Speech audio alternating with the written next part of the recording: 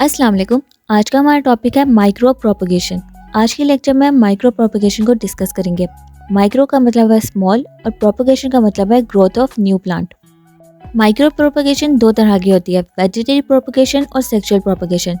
Vegetative propagation में mother plant के vegetative part को यूज करके न्यू प्लांट की ग्रोथ करवाई जाती है। आज के लेक्चर में हम इसी मेथड को डिस्कस करेंगे। इसके अलावा हम माइक्रो प्रोपगेशन के 5 स्टेजेस को भी देखेंगे। फिर इसके बाद हम माइक्रो प्रोपगेशन के कुछ एडवांटेजेस और डिसएडवांटेजेस को भी देखेंगे। तो चलिए शुरू करते हैं।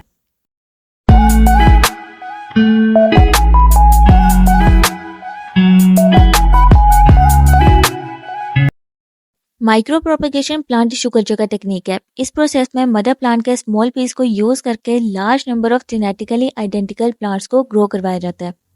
ये प्रोसेस लेबोरेटरी में किया जाता है, इसलिए ये इन विट्रो कल्चर टेक्निक है। इस प्रोसेस में लेबोरेटरी में एक्स प्लांट को प्रॉपर न्यूट्रिएंट्स, विटामिन्स और मिनरल प्रोवाइड करवाए जाते हैं ताकि उनकी प्रॉपर ग्रोथ हो सके।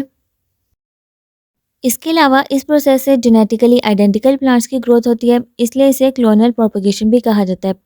क्योंकि जो न्यू प्लांट्स की ग्रोथ होती है वो मदर प्लांट से जेनेटिकली आइडेंटिकल होते हैं, वो बहुत ज़्यादा सिमिलर होते हैं, इसलिए इस प्रोसेस को क्लोनल प्रोपगेशन भी कहा जाता है।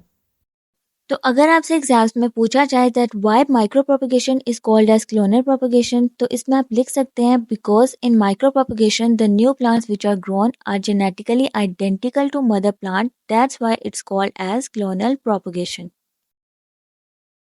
फिर इसके बाद माइक्रो प्रोपगेशन ज़्यादातर ऑर्नामेंटल प्लांट्स की ग्रोथ के लिए किया जाता है। इसके अलावा ऐसे प्लांट्स जो एक्सटेंशन की तरफ जा रहे हैं उनकी ग्रोथ को इंक्रीज करने के लिए भी माइक्रो प्रोपगेशन का प्रोसेस किया जाता है। अब नेक्स्ट हम माइक्रो प्रोपगेशन के स्टेजेस देखते हैं। तो माइक्रो प्रोपगेशन के टोटल 5 स्टेजेस होती हैं। ये 0 से स्टार्ट होती है और 4 पे एंड होती है। तो 0 स्टेज हमारे पास है selection of explant, first stage है culture initiation and establishment, second stage है शूट मल्टीप्लिकेशन, थर्ड स्टेज है रूटिंग ऑफ शूट्स और फोर्थ जो कि लास्ट स्टेज है वो है acclimatisation of tissue culture plantlets. तो फर्स्ट स्टेप हमारे पास क्या है, सिलेक्शन ऑफ एक्स प्लांट। सबसे पहले हम एक्स प्लांट को सिलेक्ट करेंगे। इसमें हम सबसे पहले फील्ड में से सबसे बेस्ट प्लांट लेंगे, उस प्लांट को हम मदर प्लांट कहेंगे। फिर उस मदर प्लांट के किसी भी पार्ट से हम स्मॉल पीस लेंगे, उस स्मॉल पीस को एक्स प्लांट कहा जाता है। वैसे तो मदर प्लांट के किसी भी टिश्यू के पार्ट को एज एन एक्स प्लांट लिया जा सकता है, लेकिन टिपिकली शूट टिप को या फिर प्लांट के ऐसे पार्ट को जो कि एक्टिवली ग्रो करता है उसको एज एन एक्स प्लांट लिया जाता है। फिर इसके बाद सेकंड स्टेप है इनिशिएशन एंड एस्टेब्लिशमेंट।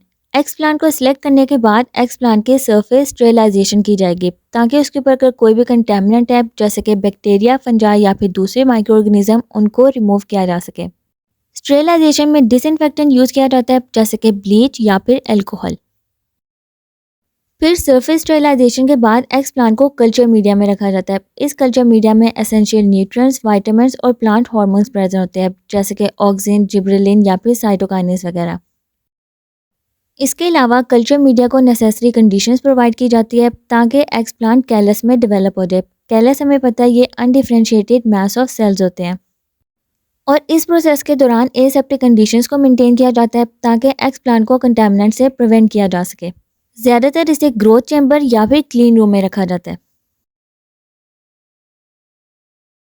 फिर सेकंड स्टेज जो कि हमारे पास थर्ड स्टेप है शूट मल्टीप्लिकेशन। इसमें जब कैलस की फॉर्मेशन होती है तो उसे न्यू कल्चर मीडिया में रखा जाता है, एक फ्रेश मीडिया में रखा जाता है जहाँ पे प्लांट्स की ग्रोथ के लिए कुछ ग्रोथ रेगुलेटर्स डाले जाते हैं जैसे कि ऑक्सिन्स और साइटोकाइनिन। इससे वहाँ पे शूट्स की फॉर्मेशन होती है।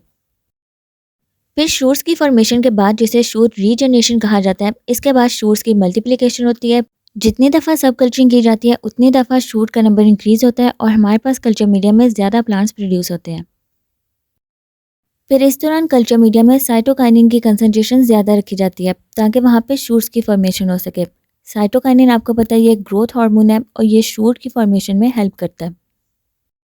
फिर शूट्स की फॉर्मेशन के बाद उसे न्यू कल्चर मीडिया में रखा जाता है जहाँ पे ऑक्सीजन की कंसंट्रेशन ज़्यादा रखी जाती है ताकि वहाँ पे रूट्स की डेवलपमेंट हो सके, क्योंकि आपको पता है ऑक्सीजन ऐसा ग्रोथ हार्मोन है जो रूट्स की डेवलपमेंट में हेल्प करता है। तो इस तरह से कंप्लीट प्लांट की डेवलपमेंट हो जाएगी। एक कंप्लीट प्लांट की डेवलपमेंट कब होती है, जब उसका रूट सिस्टम और शूट सिस्टम अच्छे से डेवलप हो। तो ये हमारे पास थर्ड स्टेज था, रूटिंग ऑफ शूट्स। अब हम लास्ट स्टेज देखते हैं। तो फोर्थ स्टेज है एक्लीमेटाइजेशन ऑफ टिश्यू कल्चर प्लांटलेट्स। ये हमारे पास लास्ट स्टेप है। इसमें क्या होता है, जो हमने फर्स्ट सेकंड और थर्ड स्टेज देखा था, culture initiation and establishment, shoot multiplication और रूटिंग ऑफ शूट, ये इन विट्रो कल्चर में होता है, लैब्स में परफॉर्म किए गए थे, जहाँ पे प्लांट्स को प्रॉपर न्यूट्रिएंट्स, विटामिन्स और मिनरल प्रोवाइड किए गए थे ताकि प्लांट की प्रॉपर ग्रोथ हो सके। लेकिन अब ये जो लास्ट स्टेप है, इसमें हम क्या करेंगे, हमारे पास जितने भी प्लांटलेट्स प्रोड्यूस हुए हैं उन्हें हम सेपरेट सेपरेट पॉलीबैग्स में डालेंगे। फिर इसके बाद हम इन प्लांटलेट्स को आहिस्ता आहिस्ता कम न्यूट्रिएंट्स, कम विटामिन्स, कम मिनरल्स और कम टेम्परेचर वगैरह देना शुरू करेंगे, ताकि जब हम इन प्लांटलेट्स को बाहर फील्ड में लगाएं तो वो वहाँ पे सर्वाइव कर सके।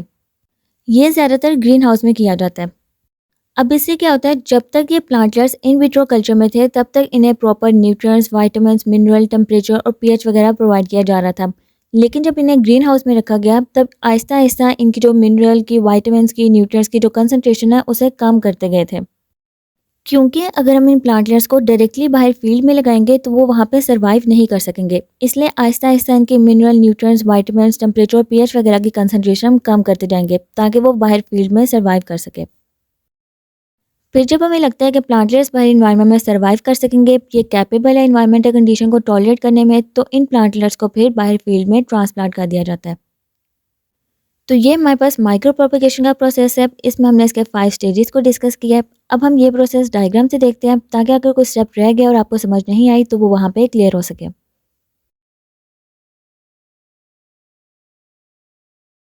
तो ये हमारे पास माइक्रो प्रोपेगेशन टेक्निक की डायग्राम है। इसमें फर्स्ट स्टेप क्या था, सिलेक्शन ऑफ एक्स प्लांट। सबसे पहले हम फील्ड में से सबसे बेस्ट प्लांट को सिलेक्ट करेंगे जिसे हम मदर प्लांट कहेंगे। इस मदर प्लांट की हमने जेनेटिकली आइडेंटिकल कॉपीज बनानी है। अब इस मदर प्लांट के किसी भी पार्ट को हम एज एन एक्सप्लांट सेलेक्ट कर लेंगे। इस एक्सप्लांट को हम स्टेरिलाइज करेंगे ताकि इसके ऊपर अगर कोई भी कंटेमिनेंट्स वगैरह है तो वो रिमूव हो जाए। फिर एक्सप्लांट को हम कल्चर मीडिया में रख देंगे। ये हमारे पास कल्चर मीडिया है। इसमें हमारे पास एसेंशियल न्यूट्रिएंट्स, विटामिन्स, मिनरल्स और कुछ ग्रोथ रेगुलेटर्स होंगे जो प्लांट की ग्रोथ के लिए एसेंशियल होते हैं। फिर इस कल्चर मीडिया को हम कॉटन से कवर कर देंगे ताकि इन्वायरमेंट से कोई भी माइक्रो ऑर्गेनिज्म जैसे कि बैक्टीरिया, वायरस या फंजाई कल्चर मीडिया में एंटर ना हो सके, क्योंकि हमने कल्चरिंग के दौरान एसेप्टिक कंडीशन को मेंटेन करना है। फिर इसके बाद कल्चर मीडिया में सेल डिवीजन होगी और कैलस की फॉर्मेशन होगी। कैलस आपको पता है एक अनडिफरेंशिएटेड मैस ऑफ सेल्स होते हैं। फिर कैलस की फॉर्मेशन के बाद शूट्स की डेवलपमेंट होगी। पहले जो हम कल्चर मीडिया लेंगे उसमें हम साइटोकाइनिन की कंसंट्रेशन ज़्यादा रखेंगे ताकि वहाँ पे शूट्स की फॉर्मेशन हो सके। फिर शूट्स की फॉर्मेशन के बाद नेक्स्ट स्टेप है शूट्स मल्टीप्लिकेशन। क्योंकि हमें ज़्यादा प्लांट्स चाहिए इसलिए हम सब कल्चरिंग करेंगे जिससे हमारे शूट्स मल्टीप्लाई होंगे और हमारे पास ज़्यादा प्लांट्स की प्रोडक्शन होगी। फिर जब हमारे पास शूट्स की डेवलपमेंट हो जाएगी तो उसके बाद फिर हम शूट्स को न्यू कल्चर मीडिया में रखेंगे जहाँ पे हम ऑक्सीजन की कंसंट्रेशन थोड़ी सी ज़्यादा रखेंगे ताकि वहाँ पे रूट्स की रीजनरेशन हो सके, रूट्स डेवलप हो सके। तो फिर नेक्स्ट स्टेप में क्या होगा, रूट्स की डेवलपमेंट। जब रूट्स की डेवलपमेंट होगी तो हमारे पास कंप्लीट प्लांट प्रोड्यूस हो जाएगा, जैसे आप यहाँ पे डायग्राम में देख सकते हैं। यहाँ पे हमारे पास शूट सिस्टम भी है और रूट सिस्टम भी है, तो हमारे पास न्यू प्लांट प्रोड्यूस हो जाएंगे। फिर इन प्लांट्स को हम पॉलीबैग में रख के ग्रीन हाउस में रख देंगे। ये हमारे पास लास्ट स्टेप होगा एक्लीमेटाइजेशन। इसमें हम इन प्लांट के मिनरल, न्यूट्रिएंट्स और विटामिन्स की कंसंट्रेशन आहिस्ता आहिस्ता कम कर देंगे। टेम्परेचर और पीएच की वैल्यू को कम या ज़्यादा करते रहेंगे ताकि जब इन प्लांट्स को हम इन्वायरमेंट में रखें तो वो इन्वायरमेंटल कंडीशन को टॉलरेट कर सके। क्योंकि ज़रूरी नहीं है कि जो टेम्परेचर, पीएच या मिनरल, विटामिन, न्यूट्रिएंट्स प्लांट को इन विट्रो कल्चरिंग के दौरान मिल रही है वो बाहर इन्वायरमेंट में भी मिल सके, इसलिए हम इनको कम या ज़्यादा करते रहेंगे ताकि जब हम प्लांट्स को बाहर इन्वायरमेंट में रखें तो वो वहाँ पे इन्वायरमेंटल कंडीशन को टॉलरेट कर सके और अचानक से प्लांट्स की डेथ ना हो। क्योंकि जब हम डायरेक्टली प्लांट्स को बाहर फील्ड में रखेंगे तो वो इन्वायरमेंटल कंडीशन को टॉलरेट नहीं कर सकेंगे और उनकी डेथ हो जाएगी। तो ये हमारे पास माइक्रो प्रोपेगेशन का प्रोसेस था। इससे हम प्लांट के स्मॉल पार्ट को यूज़ करके इन विट्रो कल्चरिंग से बहुत से जेनेटिकली आइडेंटिकल प्लांट्स को प्रोड्यूस कर सकते हैं। तो होपफुली आपको इस प्रोसेस की समझ आ गई होगी। अब हम माइक्रो प्रोपेगेशन के कुछ एडवांटेजेस और डिसएडवांटेजेस को देखते हैं। तो सबसे पहला एडवांटेज हमारे पास ये है कि माइक्रो प्रोपेगेशन के प्रोसेस के थ्रू हम लार्ज नंबर ऑफ प्लांट्स को प्रोड्यूस कर सकते हैं। इस प्रोसेस में आपने देखा है कि किस तरह हम प्लांट के स्मॉल पार्ट को यूज़ करके बहुत से न्यू प्लांट्स को जनरेट करते हैं।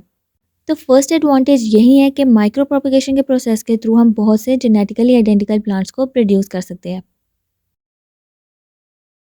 फिर इसके बाद सेकेंड एडवांटेज है production of disease free plant. Micro propagation के प्रोसेस के थ्रू ये पॉसिबल है कि हम डिजीज़ फ्री प्लांट को प्रोड्यूस कर सकते हैं। पैथोजन फ्री प्लांट या फिर डिजीज़ फ्री प्लांट को डेवलप करने के लिए कल्चरिंग में मेरिस्टेम टिप को एज एन एक्सप्लांट सेलेक्ट किया जाता है। अब मेरिस्टेम टिप को क्यों सेलेक्ट किया जाता है, ये चीज़ हमने मेरिस्टेम कल्चर वाले टॉपिक में डिस्कस किया था। मेरिस्टेम कल्चर को production of virus free plant भी कहा जाता है। अगर आपको इस बात के बारे में नहीं पता तो इस वीडियो का लिंक मैं डिस्क्रिप्शन में दे दूंगी, आप वहाँ से जाके वो वीडियो देख सकते हैं।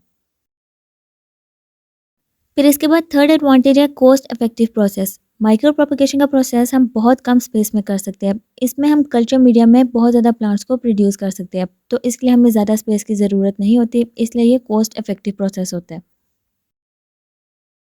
फिर इसके बाद नेक्स्ट एप्लीकेशन है कि माइक्रो प्रोपगेशन के प्रोसेस के थ्रू हम स्टेराइल हाइब्रिड्स को भी प्रोपगेट कर सकते हैं, जो कि नेचर में ज़्यादातर पॉसिबल नहीं होता। तो माइक्रो प्रोपगेशन के प्रोसेस के थ्रू ये पॉसिबल है।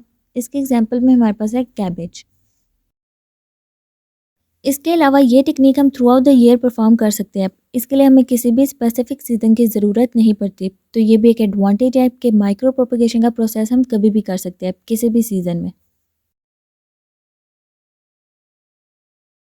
अब हम डिसएडवांटेजेस देखते हैं। तो सबसे पहला डिसएडवांटेज ये है कि माइक्रो प्रोपगेशन का प्रोसेस बहुत ज़्यादा एक्सपेंसिव होता है, क्योंकि ये प्रोसेस लेबॉर्ट्री में परफॉर्म करवाया जाता है। तो लेबॉर्ट्री में जितने भी इक्विपमेंट्स, मटेरियल और दूसरी चीज़ें यूज़ होती हैं वो बहुत ज़्यादा एक्सपेंसिव होती हैं, जिसकी वजह से इस प्रोसेस में बहुत ज़्यादा इन्वेस्टमेंट की ज़रूरत होती है। तो ये एक डिसएडवांटेज है। फिर इसके बाद जेनेटिक यूनिफॉर्मिटी। माइक्रो प्रोपगेशन के प्रोसेस में जेनेटिकली आइडेंटिकल प्लांट्स प्रोड्यूस होते हैं, जिसकी वजह से इसमें हार्मफुल डिजीज़ और पेस्ट के ग्रो होने के चांसेस ज़्यादा हो जाते हैं, और ये प्लांट्स को इफ़ेक्ट भी कर सकते हैं। फिर इसके बाद माइक्रो प्रोपगेशन के प्रोसेस के लिए हमें स्किल पर्सन्स की ज़रूरत होती है। जो एक्सपर्ट होते हैं सिर्फ वही ये प्रोसेस परफॉर्म कर सकते हैं। तो ये एक डिसएडवांटेज है, क्योंकि एक्सपर्ट को ढूंढना, फिर उसे काम करवाना, और ऑब्वियसली वो एक्सपर्ट है तो वो ज़्यादा पैसों की डिमांड करेगा, तो ये प्रोसेस और ज़्यादा एक्सपेंसिव हो जाएगा, इसलिए ये एक डिसएडवांटेज है। फिर इसके बाद कुछ केसेस में जब न्यू प्लांट्स को फील्ड में लगाया जाता है तो पुअर अडेप्टेशन की वजह से कुछ प्लांट्स वहाँ पे सर्वाइव नहीं कर पाते। तो ये भी एक कॉमन प्रॉब्लम है जो माइक्रो प्रोपगेशन के प्रोसेस में देखी जाती है। तो ये हमारे पास कुछ डिसएडवांटेजेस थे। अब लास्ट पे हम माइक्रो प्रोपगेशन के मेथड्स को डिस्कस करते हैं। तो ये हमारे पास कुछ मेथड्स हैं जिनके थ्रू माइक्रो प्रोपगेशन के प्रोसेस में एक्स प्लांट को यूज़ करके न्यू प्लांट्स को ग्रो करवाया जाता है। तो अब हम इन मेथड्स को देखते हैं। तो इसमें सबसे पहले मल्टीप्लिकेशन बाय एक्सिलरी बर्ड या फिर एपिकल शूट। मतलब एपिकल शूट या फिर एक्सिलरी बर्ड को एज एन एक्सप्लांट यूज़ करके माइक्रो प्रोपगेशन के प्रोसेस के थ्रू न्यू प्लांट्स को ग्रो करवाया जाता है। इसके अलावा मेरिस्टेम कल्चर के थ्रू भी न्यू प्लांट्स को ग्रो करवाया जाता है। फिर इसके बाद embryo culture, anther culture, ovary ovule culture, protoplast culture, suspension culture और कैलस कल्चर। ये सब मेथड्स हैं जिनके थ्रू न्यू प्लांट्स को ग्रो करवाया जाता है। इनमें काफ़ी ज़्यादा मेथड्स हैं जो मैंने ऑलरेडी डिटेल में एक्सप्लेन किए हुए हैं। अगर आपने अभी तक वो वीडियोस नहीं देखी तो आपको प्लेलिस्ट में वो लेक्चर मिल जाएंगे, आप वहाँ से जाकर वो वीडियोस देख सकते हैं। और अगर कोई टॉपिक रह गया और आप चाहते हैं कि उस पर वीडियो बने तो आप मुझे कमेंट बॉक्स में ज़रूर बताइएगा। इसके अलावा आप कमेंट बॉक्स में ये भी बताइएगा कि और कौन कौन से मेथड्स हैं जिनके थ्रू न्यू प्लांट्स को हम ग्रो कर सकते हैं। तो ये था हमारा आज का टॉपिक। आज के लेक्चर में हमने माइक्रो प्रोपगेशन को डिस्कस किया है। इसमें हमने सबसे पहले माइक्रो प्रोपगेशन की डेफिनेशन देखी है। फिर उसके बाद हमने माइक्रो प्रोपगेशन के 5 स्टेजेस को डिस्कस किया है, फिर उसे हमने डायग्राम से समझा है। फिर हमने माइक्रो प्रोपगेशन के कुछ एडवांटेजेस और डिसएडवांटेजेस देखे हैं, और लास्ट पे हमने माइक्रो प्रोपगेशन के कुछ मेथड्स देखे हैं जिनके थ्रू हम एक्स प्लांट को यूज़ करके न्यू प्लांट्स को ग्रो कर सकते हैं। तो इस लेक्चर में अगर आपको कोई भी डाउट है, कोई भी आपने क्वेश्चन पूछना है तो आप मुझे कमेंट बॉक्स में पूछ सकते हैं। इस वीडियो को अपने क्लास वालों तक भी शेयर कीजिएगा। मेरे चैनल को सब्सक्राइब कर दें। Take care. अल्लाह हाफिज़।